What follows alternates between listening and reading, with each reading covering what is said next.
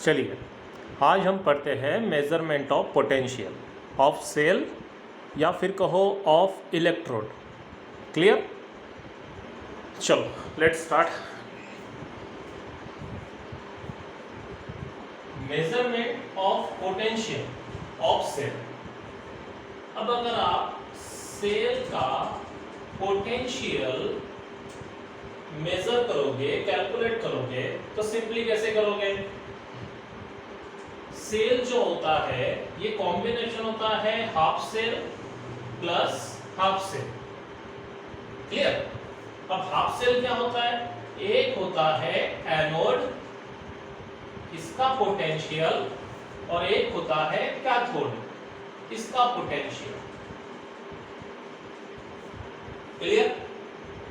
अब एनोड क्या शो करता है? एनोड शोज ऑक्सीडेशन,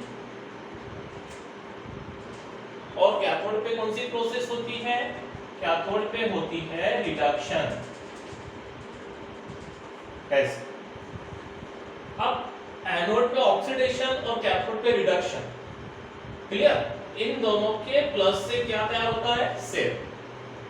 लेकिन मैंने आपको लास्ट वीडियो में बताया था, आपने मेरा लास्ट वीडियो देखा होगा इलेक्ट्रोकेमिस्ट्री 2 या 1। उसमें क्या है कि आईयूपीएससी का ऐसा कहना है कि रिडक्शन या ऑक्सीडेशन, इनमें से कोई भी एक ही टर्म यूज करो। तो आईयूपीएससी ने एक्सेप्ट किया रिडक्शन को। क्लियर? आईयूपीएससी ने जिस लैंग्वेज को यूज किया पोटेंशियल दिखाने के लिए, वो हमेशा रिडक्शन की लैंग्वेज होगी। यानी जब मैं कहूंगा पोटेंशियल ऑफ इलेक्ट्रोड, तो वो सिर्फ रिडक्शन पोटेंशियल होगा। तो फिर इसका क्या होगा? तो आपको पता है ऑक्सीडेशन का रिवर्स होता है रिडक्शन। सो यहां हम क्या करेंगे? E ऑफ एनोड ऐसा लिखूंगा मैं, प्लस पोटेंशियल ऑफ कैथोड। अब इसका अगर रिवर्स लिखना है रिडक्शन, ये तो ऑलरेडी रिडक्शन ही होता है। तो मैं आपको बता दूं, ये जो प्रोसेस है ये रिवर्स होती है। तो यहां पोटेंशियल की वैल्यू की सिर्फ साइन बदलती है। जैसे अगर एनोड का पोटेंशियल ऑक्सीडेशन पोटेंशियल 2 होगा, तो एनोड का रिडक्शन पोटेंशियल -2 होता है। पोटेंशियल की वैल्यू की सिर्फ साइन बदल जाती है। इसलिए अब अगर मैथमेटिकली इस इक्वेशन को हम सही लिखेंगे तो क्या लिखेंगे? E कैथोड, जहां रिडक्शन होता है माइनस प्लस माइनस, इसको अच्छे से लिख रहे हैं, हम रीअरेंज कर रहे हैं। पोटेंशियल ऑफ एनोड, जहां भी क्या होगा? रिडक्शन, क्योंकि इसे हमने रिवर्स में लिखा है। क्लियर? तो देखना इसमें से कुछ कट नहीं रहा, इसमें भी क्या होता है? रिडक्शन। अब ये इतना बार बार कौन लिखेगा? कैथोड रिडक्शन, एनोड रिडक्शन, इसलिए यहां इसे इसकी साइड के हिसाब से लिखा जाता है। आपको पता है सेल कंस्ट्रक्शन करते समय या राइटिंग करते समय कैथोड जो होता है वो राइट हैंड साइड पे होता है। इसलिए अब हम इसे क्या लिखेंगे? Potential of right hand side minus potential of left hand side, ऐसे। क्लियर? और ये होता है potential of cell. Potential of cell simply क्या लिखा है अभी? Potential of right hand side minus potential of left hand side. Clear?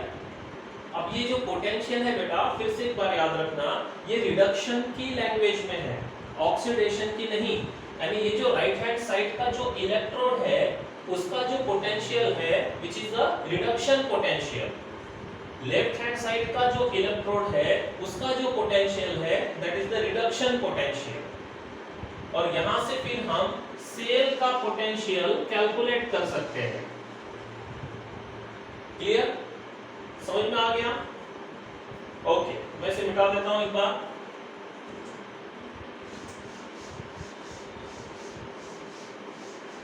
अगर नहीं समझ में आया होगा तो आप उसे पॉज करिए, फिर से देखिए।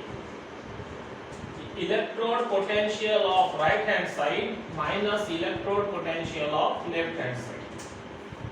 अब ये तो सेल का पोटेंशियल निकल जाएगा, ठीक है, measurement of potential of cell, लेकिन अगर आपको किसी एक इलेक्ट्रोड का पोटेंशियल निकालना है तो वो सिंगल इलेक्ट्रोड का पोटेंशियल पॉसिबल नहीं है बेटा।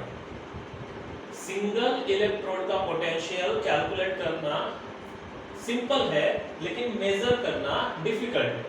अब आप बोलोगे सर कैलकुलेट करना कैसे सिंपल है, तो देखिए इन दोनों में से हम सपोज ऐसे करते हैं कि ये जो है ये अननोन है, इसका पोटेंशियल हमें निकालना है, और अगर आपको इसका पोटेंशियल पहले से मालूम है, if the potential of one electrode is known, then if we construct the cell, अगर हम इसका नॉन पोटेंशियल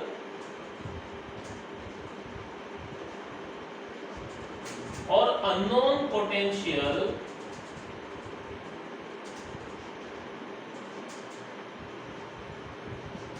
अगर हम इसको कंबाइन करके सेल बनाते हैं तो सेल का जो पोटेंशियल होगा वहां से इसकी वैल्यू कैलकुलेट करते आएगी।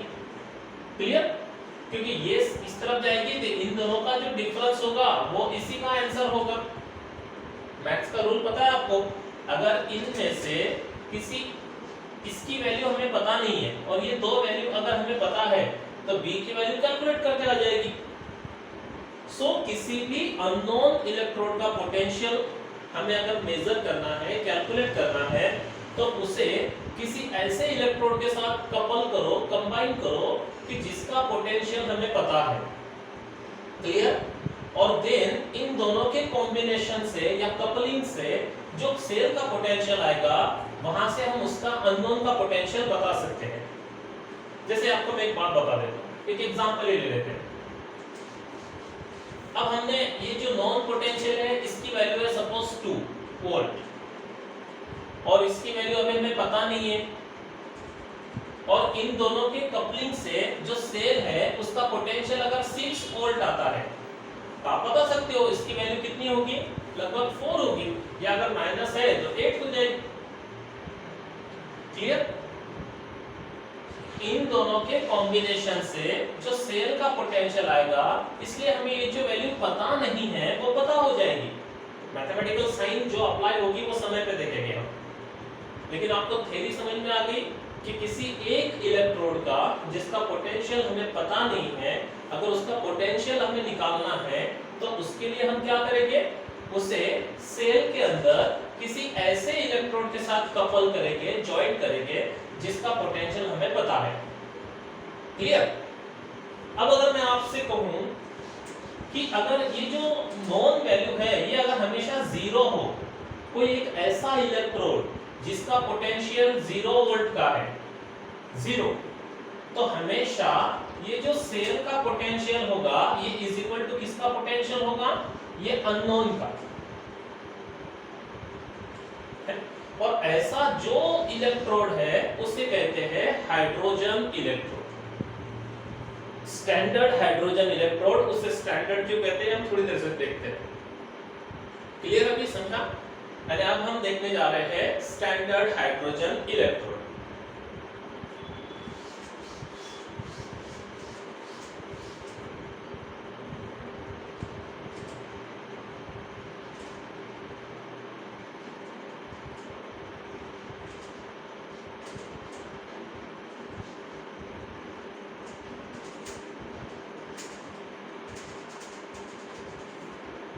स्टैंडर्ड हाइड्रोजन इलेक्ट्रोड एक रेफरेंस इलेक्ट्रोड है। रेफरेंस इलेक्ट्रोड का मतलब होता है जिसका पोटेंशियल हमें पता है, potential is known, electrode whose potential is known is a reference electrode। या फिर हम ऐसे कहेंगे रेफरेंस इलेक्ट्रोड मींस व्हाट, जिसका यूज किसी अननोन इलेक्ट्रोड पोटेंशियल को कैलकुलेट करने के लिए आता है वह होता है reference electrode.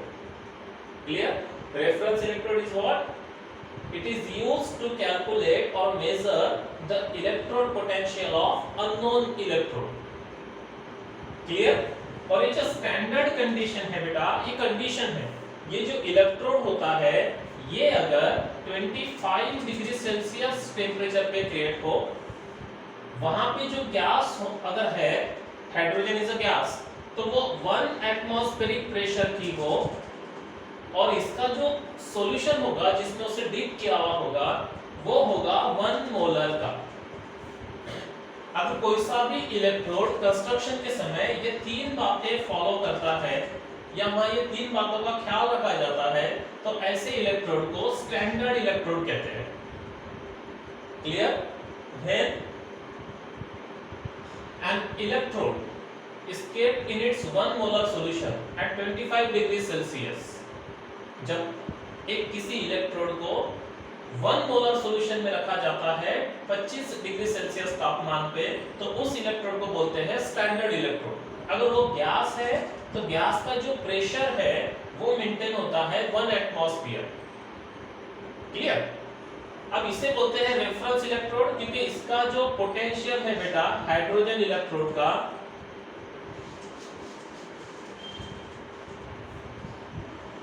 Standard hydrogen electrode, इसका जो पोटेंशियल है वो होता है 0 वोल्ट। अब मैं आपको यहाँ बता दूं, एक्चुअल इसका पोटेंशियल लगभग 4.4 वोल्टेज का होता है, लेकिन आर्बिट्ररीली खींचतान के इसे 0 पे लाया गया। यानी ऐसी कंडीशन में अगर स्टैंडर्ड हाइड्रोजन इलेक्ट्रोड तैयार होता है तो उसका पोटेंशियल होगा 0। एक्चुअली हाइड्रोजन इलेक्ट्रोड का पोटेंशियल मैं फिर से बता दूं आपको, लगभग 4.4, बहुत ही कम किताब में मेंशन है, लेकिन ये ऐसे होता है। लेकिन अगर इस कंडीशंस में अगर उसको स्टैंड किया गया, तैयार किया गया, तो उसका वोल्टेज होता है 0 वोल्ट का। क्लियर? और इसे यूज करते हैं किसी भी अदर इलेक्ट्रोड का पोटेंशियल फाइंड आउट करने के लिए। चलिए अब हम देखते हैं ये तैयार कैसे होता है, क्या होता है स्टैंडर्ड हाइड्रोजन इलेक्ट्रोड। क्लियर? ये इलेक्ट्रोड है, इसका मतलब हाफ सेल, सेल नहीं है ये। यहां क्या होता है बेटा, एक ऐसी सील्ड ट्यूब होती है, सील्ड ट्यूब बोले तो जिसका मुंह दोनों ओर से बंद है, having the close and on both side, और इसके अंदर एक प्लैटिनम वायर फिक्स की भी होती है या सील्ड है, जिसका ये upper area external electric contact के लिए दिया हुआ होता है, बाहर किसी सोर्स में उसको ज्वाइन करते हैं। और जो लोअर एरिया है इसे प्लैटिनम का फॉइल या ब्लॉक टुकड़ा जोड़ा हुआ होता है, और मोस्टली ये ब्लैक कलर का होता है, इसमें फाइन प्लैटिनम अटैच किए हुए होते हैं। ब्लैक कलर का इसलिए होता है क्योंकि वो गैस को बिठा सके अपने ऊपर, एडसॉर्ब कर सके, एडसॉर्ब। और यहाँ इस सील्ड ट्यूब को एक कवर ग्लास जैकेट होती है, जैकेट बोले तो उसको कवर करके रखती है।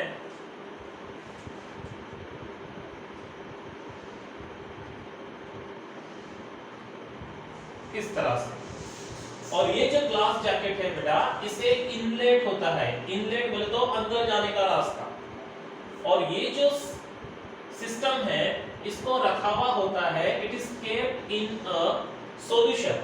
अब हम यहाँ हाइड्रोजन गैस यूज करेंगे, हाइड्रोजन गैस बबल्ड करेंगे, इसके अंदर भेजेंगे, इसलिए यहाँ सॉल्यूशन हाइड्रोजन का ही होगा। So it is the HCl solution of 1 molar. क्यों? क्योंकि ये स्टैंडर्ड है। ये जो हाइड्रोजन गैस है ये कितने प्रेशर पे होगी? 1 एटमॉस्फेरिक प्रेशर, और ये कंस्ट्रक्शन कौन से टेंपरेचर पे होगा? 25 डिग्री सेल्सियस पे।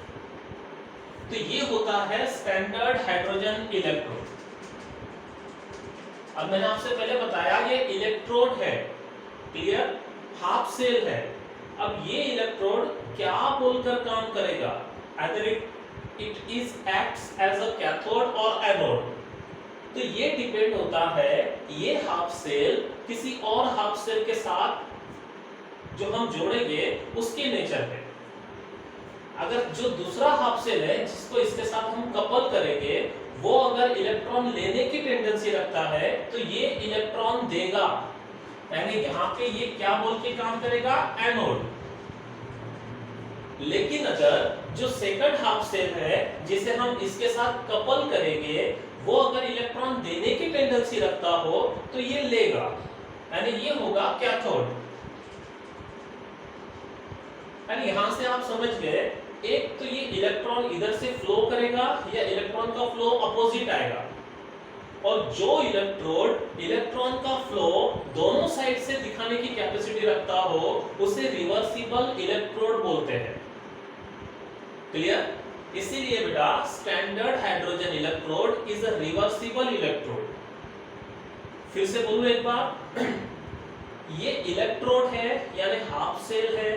जब हम सेल बनाएंगे तो हमें दो इलेक्ट्रोड लगते हैं। जब हम इस इलेक्ट्रोड को किसी और के साथ जॉइंट करेंगे, कपल करेंगे, तो वो जो दूसरा इलेक्ट्रोड है उसका जो पोटेंशियल है आइदर इलेक्ट्रॉन लॉस या गेन, उस पे डिपेंड होता है ये क्या बोलकर काम करेगा। एक तो ये एनोड बोल के काम करेगा या कैथोड बोलकर काम करेगा। हाइड्रोजन एनोड बोलकर कब काम करेगा? जब दूसरा वाला कैथोड होगा। Cathode means what? रिडक्शन। वो इलेक्ट्रॉन लेगा यानी ये देगा, लॉस करेगा। अब हाइड्रोजन इलेक्ट्रोड कैथोड बोलकर कब काम करेगा? जो दूसरा हाफ सेल होगा जो इसके साथ हम कपल करेंगे, वो अगर इलेक्ट्रॉन लॉस करेगा तो ये लेगा। क्लियर? अब ये देगा कैसे और लेगा कैसे? तो यहाँ दो सब्सटेंस है, एक है H2 गैस और एक है HCl गैस। जब ये एनोड बोल के काम करेगा तो H2 गैस काम करती है। क्लियर? और कैथोड बोल के काम करेगा तब HCl गैस काम करेगी। HCl में का जो H+ है ना, तो ये इलेक्ट्रॉन लेगा और यहां से ये H इलेक्ट्रॉन देगा तो ये H+ में ब्रेक होगा। क्लियर? ओके, अब देखो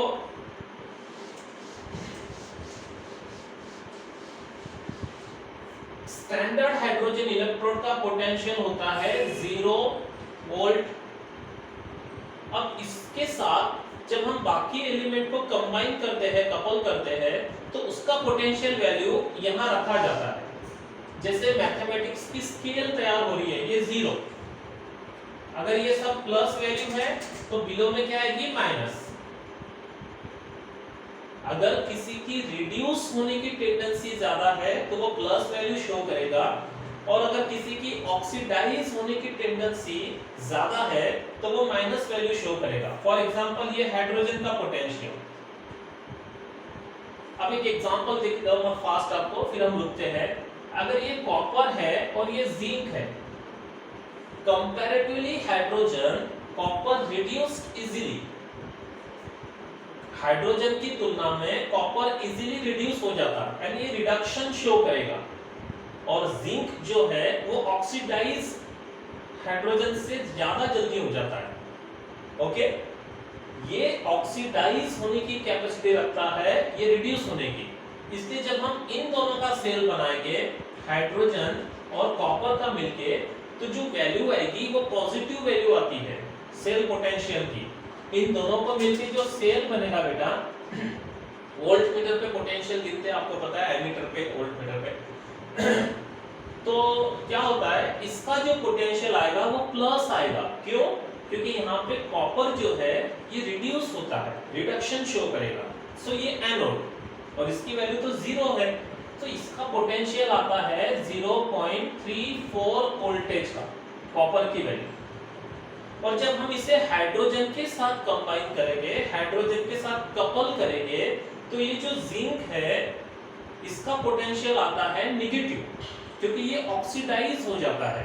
तो जब हम इसे हाइड्रोजन के साथ कपल करेंगे, अब ये कैथोड है तो उस तरफ से लिखा जाएगा, तो ये इलेक्ट्रॉन देगा और ये लेगा।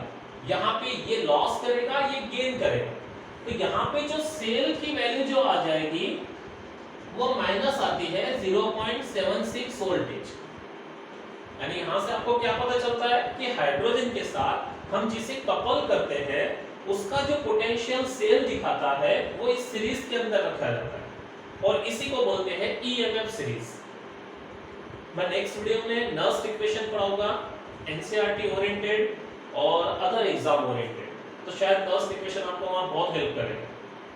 Thank you for watching and your comments.